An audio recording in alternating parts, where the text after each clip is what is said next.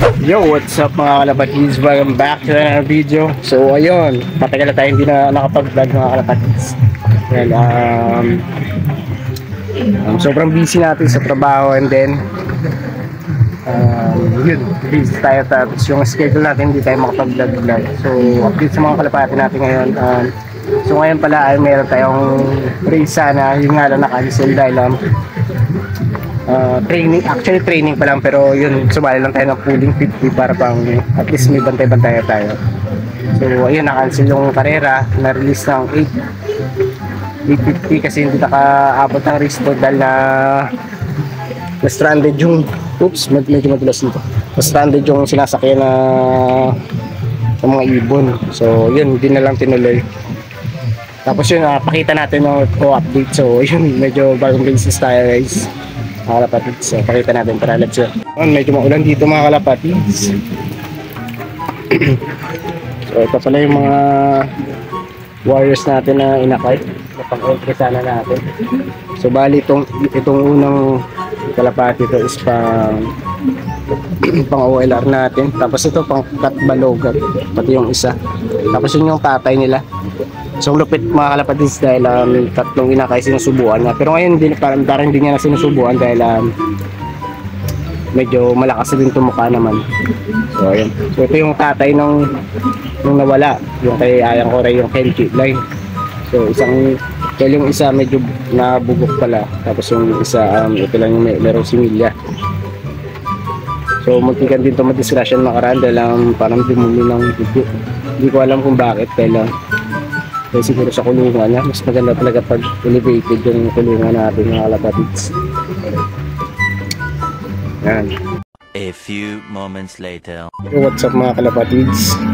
So ayun, yun lang yung dugtong ng vlog natin kanina.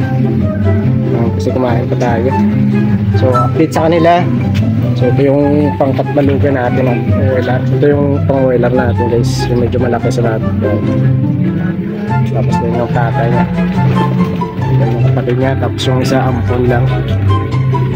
Tapos dito pala mga kalapatid, sumitlog na yung siputol natin at yung pinahiram sa atin ng tropa natin si Beats Diseo. So ito na yung panapatin, pang malakasan daw yan, pero subukan lang natin guys yung clutch. Tapos ito kasamaang palad guys, binaliling yung kalapati natin si Survivor, pero pinurga natin, malakas naman yung kalapati, yun nga lang nagkabaliling siya. Hindi ko alam kung bakit. Siguro dahil sa madami ng sakit na dumapo sa kanya. Pero i-breed ko pa rin to.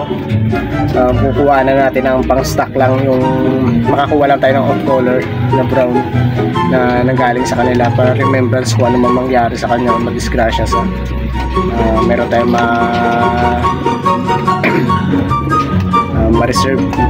ma-preserve na linyada niya. Tapos ito naman yung dalawang to.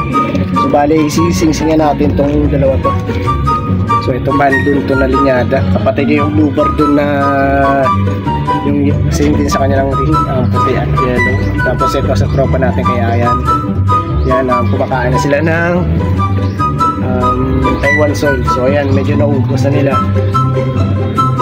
Ito yung kalapati. Tapos ito, yung training natin hindi pa rin nakadating.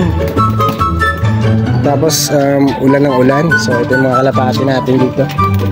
So yung isa natin kalapati, yung white type, ayan, medyo basag yung mata niya.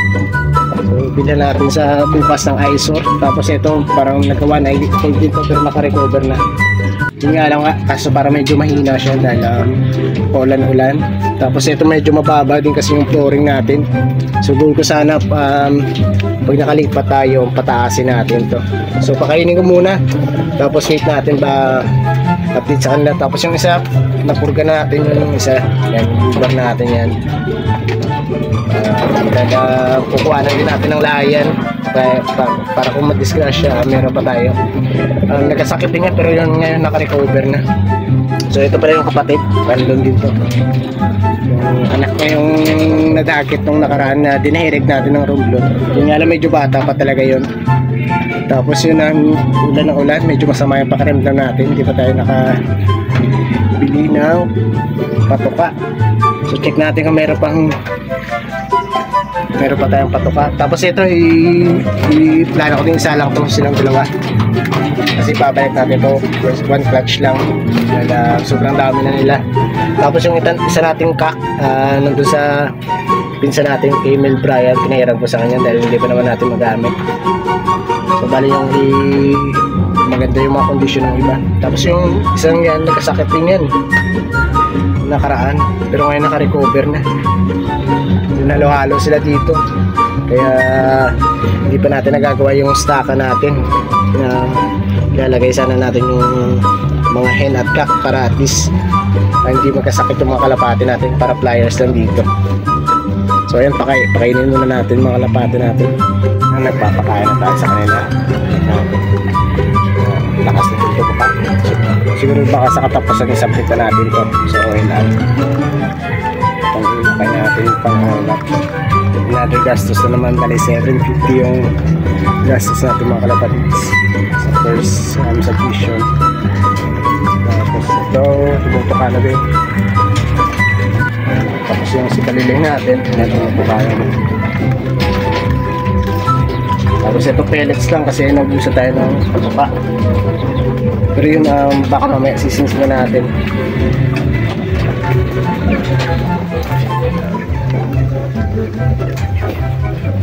Tapos ito yan, 3-6 bilkan sila. Dami na ng kalapati natin.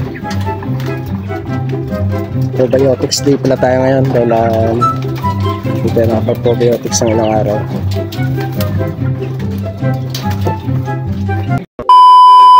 Yun, tapos na sila kumain. Maligo pa yung isa nating inakay.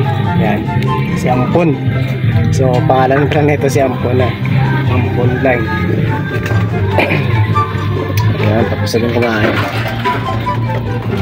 Yan, tapos na din si Boy. Yung Bible na naging baliling. Babaliling. Tapos ito. Medyo tapos ito din. Pinatuka natin sila ng grits. So yan, tumutuka din naman. Sinod din ang kalapati yung grits. Siguro hanggang dito na ang video natin. Hindi pinalad yung kalapati natin isa, si Pilar. Dahil pinangalan ko siya Pilar dahil sa Pilar siya na-disgrasya. Yung huling toss niya na medyo malayo talaga, sa 20 plus kilometers. Pero ngayon malayo din yung batosan, nasa 50 plus, kaya lang hindi na tuloy dahil lang mabagyo. Ganito ng video natin. Paki-like, share, and subscribe. Ingat.